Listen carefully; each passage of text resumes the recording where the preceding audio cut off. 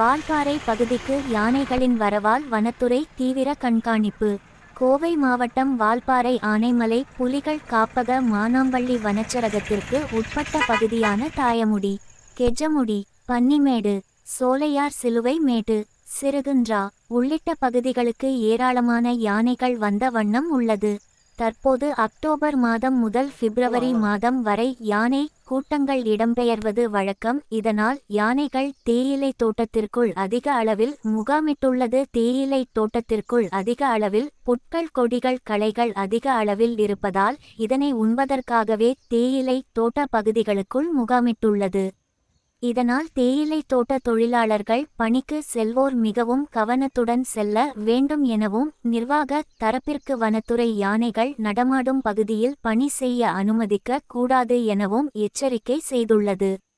எனவே இது மட்டுமல்லாமல் இரவு நேரங்களில் பொதுமக்கள் யாரும் வெளியே உலா வர வேண்டாம் எனவும், இரவு நேரங்களில் வனவிலங்குகள் உணவு தேடி வருவதாலும் வனவிலங்குகள் நடமாட்டம் அதிகமாக இருக்கும். எனவே மிகவும் கவனத்துடன் வரவேண்டும் என வனத்துறை எச்சரிக்கை செய்துள்ளது.